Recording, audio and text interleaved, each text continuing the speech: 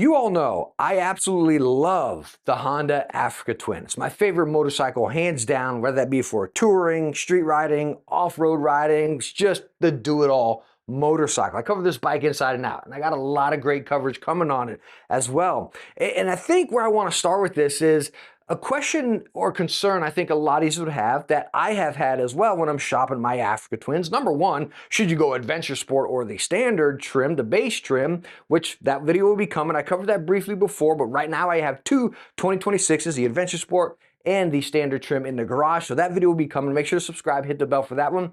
But today we're going to be talking about manual versus DCT, kind of, more or less DCT, and making DCT a little more attractive for some of you. Because let's be honest, most people that hate on DCT have never used it, or if they have, it's just a brief ride around a block. But today we're going to check something out that might make DCT a little more attractive in kind of traditional motorcycle riding. That is with this right here. And if you want to see the part number, there it is right there. But this is the quick shifter for DCT. And no, it's not just this little thing we got to install. I sure wish it was, but we have a different bracket here. We have this whole little mechanism that we got to figure out, and then some of our protection and heat shields. So let's get to installing it. Then we'll go for a ride and actually talk about and use the DCT with our basic paddles up here and then with the foot, and see if this part is actually worth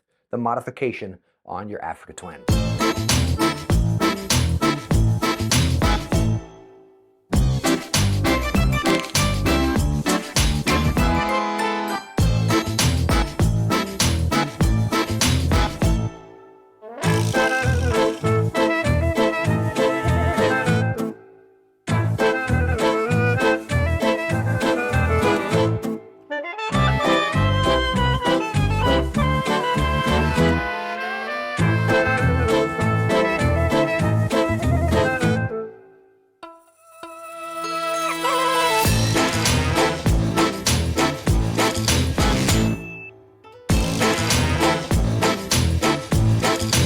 Alright, so we now have the DCT foot shifter installed. I've done maybe 20 miles on it, but we're going to get on some twisty roads here and actually test it out, talk about it, talk about some of my findings.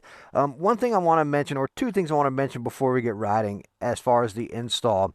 The first bit is make sure you adjust this before you actually button everything in. Kind of stage it there, get your foot feel, because like when I had it first installed, it was like way up here, and now it'd be a pain in the butt to get there to adjust it. You could adjust it like that, but it'd just be a pain. So just make sure you adjust this to your boot and foot size and your comfort level before you actually button everything up.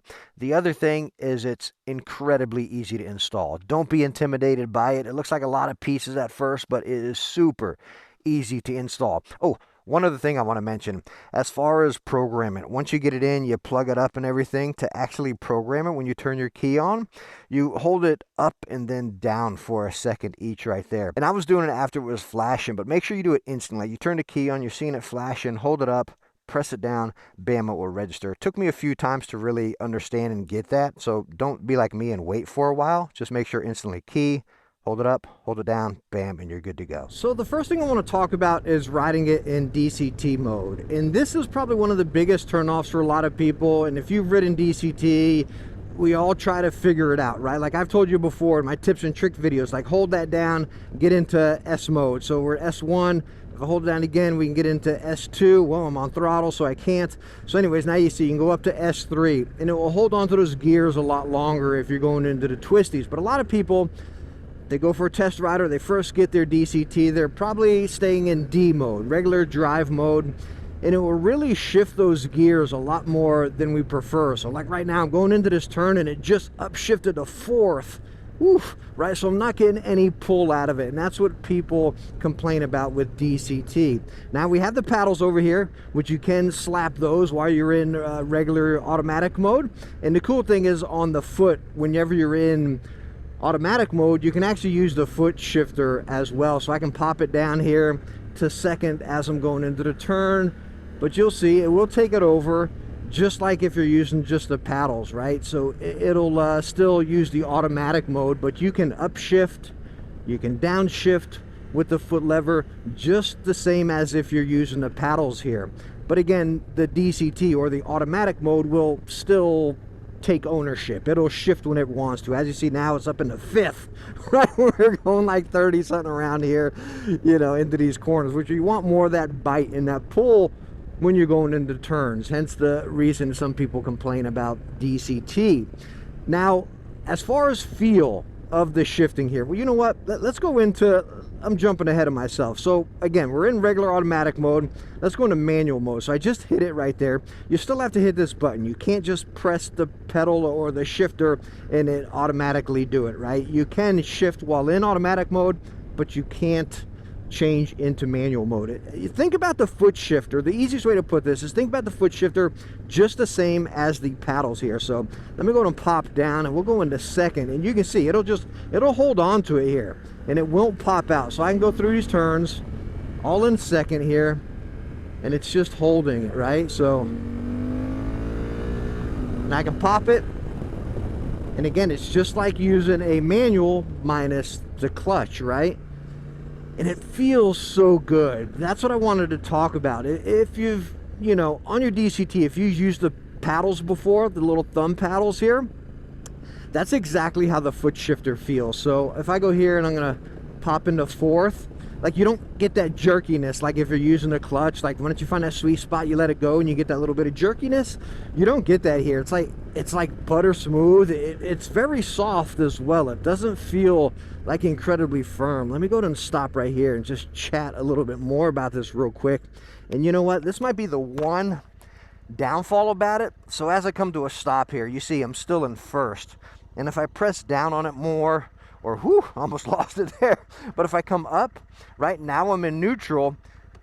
And then if I go down, I'm going to go into auto mode. But while I'm driving, like while we're moving, you can't get a neutral mode. So like if you're off-road or something, it'll be right. You got to come to that complete stop and then it will go to neutral. You can't get that dead zone, which is probably my biggest complaint with DCTs. You never have that like safety kill switch. You always have something right there until you come to a complete stop. Hopefully that makes sense. But as you see, now we got drive or sport mode, or I can go right into manual mode here using the foot shifter.